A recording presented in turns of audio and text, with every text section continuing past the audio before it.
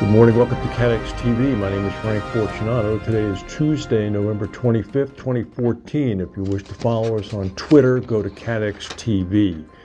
The St. Louis area is bracing for another day of protesters today after the grand jury cleared a white police officer in the fatal August shooting of an unarmed black teenager. Last night saw a night of racially charged civil disturbances and rioting. About a dozen buildings in suburban Ferguson, Missouri burned overnight. Police fired tear gas, flashbang canisters as well at protesters, and about 61 people were arrested. The police said that the incidents last evening were, quote, much worse than the disturbances that erupted in the immediate aftermath of the shooting of the teenager back in August of this year. The 18-year-old who was killed by the police was named Michael Brown. Protests were also staged last night in New York, Chicago, Seattle, Los Angeles, Oakland, and Washington, D.C.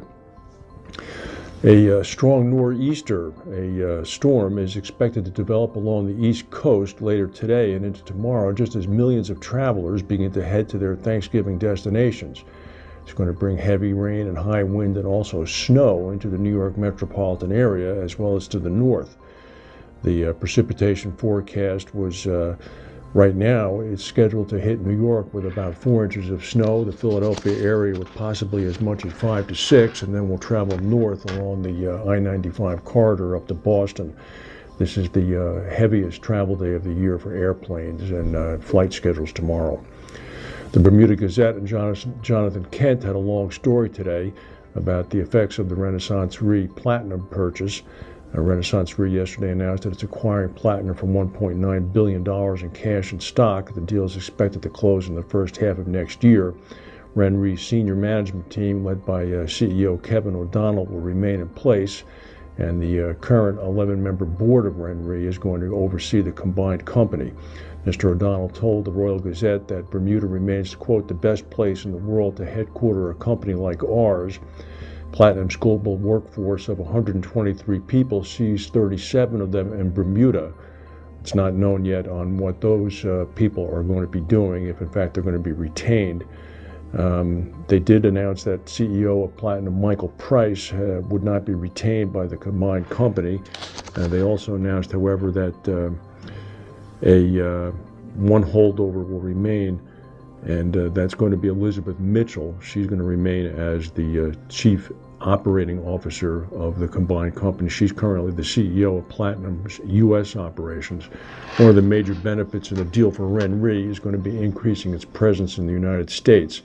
Ren Re currently has only 8 employees in the U.S., while Platinum has 86.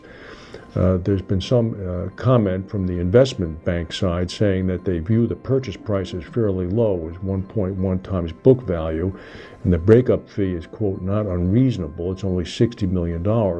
So a number of analysts are saying that there is a real potential for a competing bid to emerge in the coming weeks. Of course, it's something to keep in mind that not that long ago, John Charman and Endurance were involved in an attempt to purchase Aspen, so it's not known whether or not something is going to happen on that front. The Lancashire-owned Cathedral Group, Cathedral being one of the most respected syndicates in London, they have 2 of them actually, is preempting capacity at one of its syndicates, Syndicate 3010, from £60 million up to £100 million for 2015. They're adding new underwriting teams for aviation. The other syndicate, Syndicate 2010, which is the largest syndicate, is in fact reducing capacity by 12.5% down to £306 million. Bermudian carrier Everest Re announced that it's going to open a new continental hub in Zurich. They've traditionally been centered in Brussels, but there's been a big move towards Zurich lately with about 40 reinsurers concentrated there. Earlier this month, Insurance Insider announced that Peak Re is exploring the creation of a Zurich-based platform as one of its initiatives to expand beyond Asia.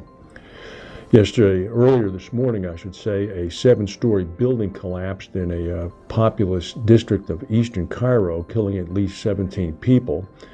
The bulldozers are rolled into a narrow alley leading to the collapsed building, removing large chunks of cement. Officials and neighbors say that the building owner defied a court order issued 5 years ago and illegally built extra floors, 3 extra floors on top of the original 4-story structure, which apparently was very shoddily built to begin with.